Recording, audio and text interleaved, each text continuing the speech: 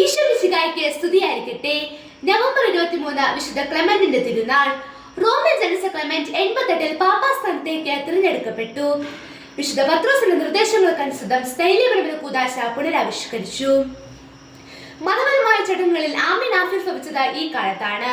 വിശുദ്ധ ക്ലെമന്റ് വിശുദ്ധരായ പത്രോസിന്റെയും പൗലോസിന്റെയും സ്നേഹിതനും സഹപ്രവർത്തകനുമായിരുന്നു. ഈ കാലയളവിലാണ് സഭാഭരണത്തിലെ ശുശ്രൂഷകർമ്മം കൂടുതൽ നിയതമായ രൂപഭാഗങ്ങൾ ഉൾക്കൊള്ളണമെന്ന് വിശ്വസിക്കുന്നത്. റോമൻ മെത്രാൻ എന്ന നിലയിൽ കൊറിന്തോസിലെ സഭാകാര്യങ്ങളിൽ ഇടപെട്ടു. ക്ലെമന്റ് അഭിഷിക്തനായതിന്റെ 6-ാം വർഷം മതപഠനം തുടങ്ങി. ഡോമിഷ്യൻ ചക്രവർത്തിയായിരുന്നു ഇതിന്റെ സൂത്രധാരകൻ. അദ്ദേഹം സ്വയം വൈദികനായി പ്രഖ്യാപിച്ചു.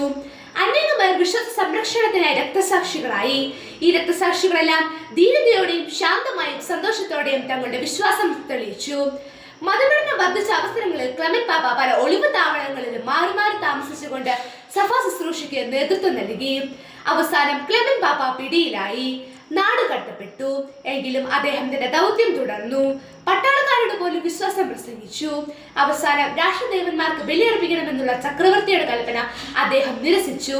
ശിഷ്യയ്ക്ക് അധികാരികൾ അദ്ദേഹത്തെ പോത്തൂസിലേക്ക് നാട് കടത്തുകയും കഴുത്തിൽ നാങ്കൂരം കെട്ടി കടലിൽ എറിയുകയും ചെയ്തു. നന്ദി, നമസ്കാരം. ജയ് ക്രൈസ്റ്റ്.